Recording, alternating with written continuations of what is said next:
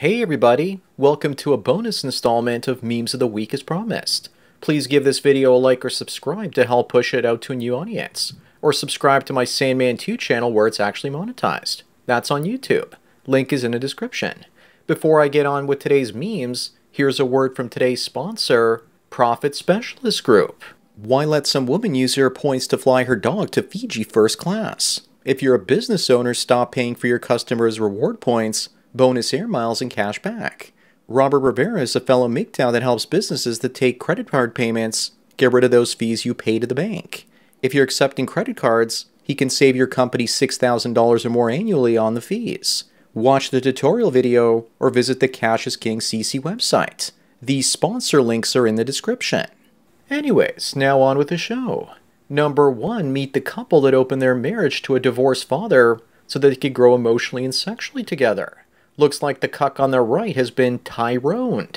I'm sure that the new guy will grow to fill the role she has in mind. And her as well with his baseball-sized chubby custard launcher. Moving on, even if you get consent to sleep with your girlfriend or wife today, that doesn't mean she can't revoke consent 7 years later. If the so-called 30-year-old woman really is 30 in this picture, then I'm 18. What's probably even more problematic these days is that the age gap in women like this one are shaming guys for dating younger women instead of them. Number 3, we had a cuck husband in number 1. And now we have a cucked wife for number 3. This 37-year-old trad wife lets her spouse have sex with other women while she stays home, cooks, cleans, and caters to his every whim. But where are the kids? Women would rather share a winner than solely be with a loser. If she doesn't have kids, she's probably terrified that he's going to leave her to have them with somebody else. Up next, we have a woman that almost died after learning what accountability is. Women know exactly what it means, they just pretend like they don't, because of deep biologically wired fear of violence being done to them, if they take that accountability. Number 5, we have a couple at the beach. If you're wondering where the man is, she's sitting on him. The person posting this is virtue signaling, saying that fat is healthy, sexy, and empowering. Healthy for the profits of Monsanto and Cheetos, no doubt. But it's only sexy to a small number of chubby chasers out there like the one that's lodged up this woman's anus.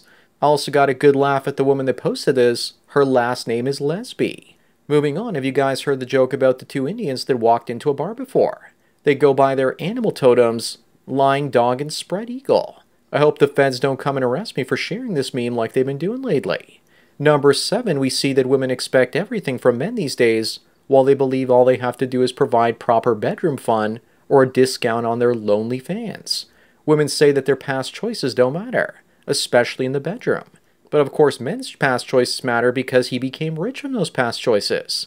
Up next, we have a woman telling everyone that people think her boyfriend is gay because she was born a biological male. What's there to think about? We already know. She probably tinkles while standing up too. Traps are gay. Number 9, we have a fat police force. The least they could have done is get the large lasses with big asses to stand in the back to hide their shame. But if they did that, the bleachers would collapse in a fatalanche. Well, let's look at the bright side. The fatter they are, the easier it is to evade them. No wonder those shoplifters keep getting away at Walmart so easily. At least the donut store owners will do well from this. Up next, we have a what-if scenario. Imagine what would happen if you came home and everyone you ever dated was sitting on your front porch, and you only have 3 words to tell them. How about no words and you just drive on by? Or it ain't mine and then drive on by? If I could use 4 words, I'd say get off my lawn, with my best Clint Eastwood scowl while pulling out a .357. Number 11, we see the difference between how the Russian and Chinese leaders sit versus the American and Canadian ones do. They say that real men can't cross their legs like this. Also, don't forget the effeminate way men from the West keep their hands. Then I get owned by Vang posting this picture of Al Pacino.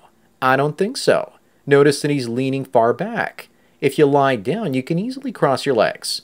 Speaking of Canadian leaders, it looks like Trudeau's Canada has just legalized junior land whales riding horses in the bedroom, if you know what I mean. But don't get your horse hopes up. It only includes everything up until penetration.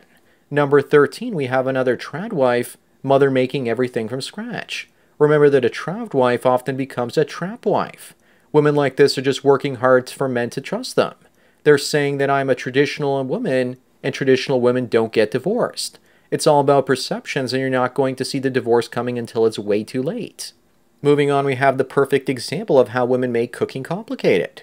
I've known women that would spend all day in the kitchen and barely accomplish anything. It's the perfect form of make work. You do nothing, and then when the husband complains, you yell at him and tell him that you've been slaving over a hot stove all day, making a sandwich. Number 15, we have a bunch of women that have ruined an entire generation of teenage boys. Mind you, this is probably trad cuck propaganda to get guys away from fapping material and into the arms of women that rely on sexy time relief only to get divorced later. Up next, we have another trad cuck, but this time he's in Turkey warning young guys that if they choke the chicken, they'll find their hands pregnant. But what the hell does that even mean? Apparently, if you masturbate, you'll be forced to raise the offspring from your days as a professional jerker-offer in here and now. I say just wear a condom on each finger, and that way you don't have to worry about getting those hands pregnant. Moving on is this meme about how both tall and short women are admired by all, but short men are shunted by everyone, and people always cheer them on by saying things like, "Have confidence, bro," and "personality." The better analogy would have been between a short man and a fat woman. The 300-pound woman gets more action than a 5'3" guy. Number 18, we have a woman that says she wants her man to be vulnerable.